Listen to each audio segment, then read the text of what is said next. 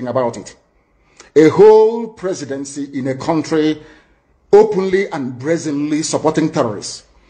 All of you watching and listening all over the world, you know that Miyatte Allah is a terrorist organization. You know that. They have killed.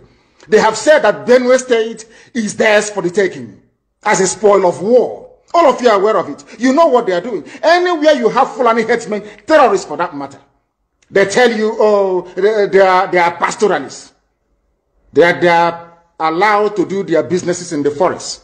All of you are aware of it. But you kept quiet, hoping that somehow Tinubu will emerge as the president, or an Igbo man will come as the president, and your family will start enjoying. But in the meantime, you have no more farmlands, you have no more forests, you have nowhere you can call your own home. The same stupidity exhibited by Hausa peasants that enabled Fulani to take Sokoto from them, that enabled Fulani to take Katsina from them, that enabled Fulani to take even Kanu from them. Every Hausa land is occupied either by a Fulani emir or a Fulani governor.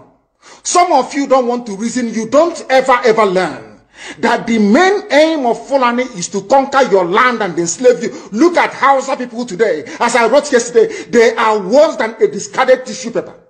They are worth nothing. Only their language is what is relevant in their lives. Everything else is lost.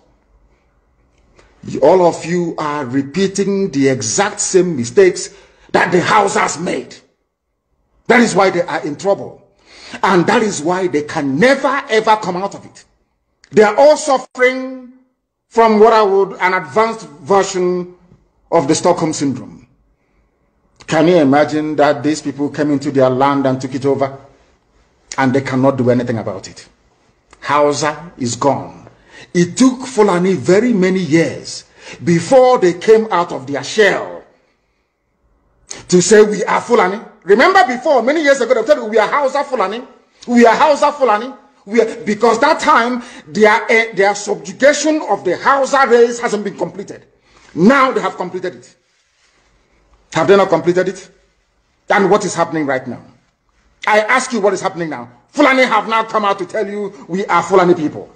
Is that not what they are saying now? They are not telling you we are Fulani. No more Hausa Fulani. What does that tell you? That the Hausa race no longer exists. Do you want the same thing to happen to you? Do you want the same thing to happen to your families, to your villages? Do you want your towns, let's say Obomosho, to be renamed into a Fulani name? Do you want Onisha to answer a Fulani name? Forget all the nonsense about unity of Nigeria. All they are uniting against is your common interest. Unless you prefer epileptic power supply, unless you prepare to live your whole life without running water, unless you want to live in abject poverty and deprivation, your only alternative is a revolution. Let nobody discourage you. All the countries of the world doing very, very well, they all went through a revolution. You must go through it. If you don't go through it, you can never ever survive as a people. Fulani will take you over. As simple as that.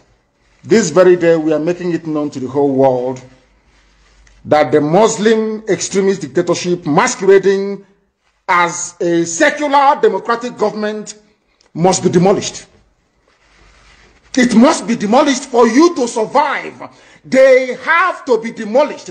If you do not demolish them, your lives will end very, very miserably. I assure you. I assure you. The zoo is on its knees. Everybody knows that the zoo called Nigeria is on its knees. Who doesn't know that? Everybody knows. Nothing is functioning. You are all aware of it. When they say go and register for NIM or whatever, NIM or whatever rubbish is called, all of you trooped out without legislation, without any laws. Fulani can control you however they like. Once they announce it, Yoruba newspapers very foolishly and stupidly will support them because they want Tinubu as the president. And you are all dying every blessed day. You are all dying every day.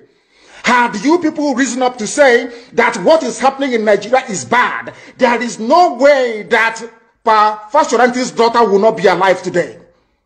That is the price you pay for duplicity. That is the price you pay for treachery. That is the price you will continue to pay until you rise up and say enough is enough. It is up to you to do it. You did it during NSAS. You can do it again. Can you imagine Fulani people telling you, if you remove Fulanis from Yoruba forest, imagine Fulani telling you, if you remove them from your ancestral lands, there will be war, and you are panicking. And you have not asked yourself, why are they not saying the same thing about the East?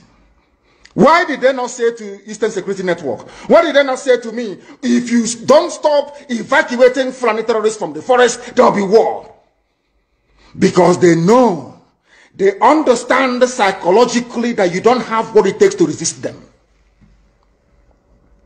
Do you know why Borno State is still alive? Why you still have the Kanu people in Borno today? Was because they resisted the Fulani centuries ago. You have to go back to history to understand how Nigeria came into existence. Fulani has been expanding from day one, from Senegambia. All the way from Senegambia, they've been expanding, and now they are in Okigwe. All the way from Senegambia. They are now in Okigwe. And you're asking us to somehow fold our hands and keep quiet because of 2023, because one idiot is going to come out to become a president, because of that rubbish, because of that nonsensical notion, we should fold our hands and wait until we are overrun by the Janjaweed from the Sahel. Is that how reasonable people think? Is that how people that wish to survive as a race, is that how they reason? It is very, very shocking that some of you do not understand what the Fulanis have in store for you. Very, very soon it is going to happen. And when it happens, your eyes will clear. And about whom you will see it very clearly. I was warning you. In 2014, 2015, 2016, they said he's a warmonger. He's a warmongering. I went to America and I told World Igbo Congress that this war you are avoiding is going to come to your villages. They said, no, it's not going to happen. What is happening today? When Yoruba was supporting the dead idiot called Buhari, did I not warn them that this evil you're supporting will consume you? They never listened. They never wanted to listen.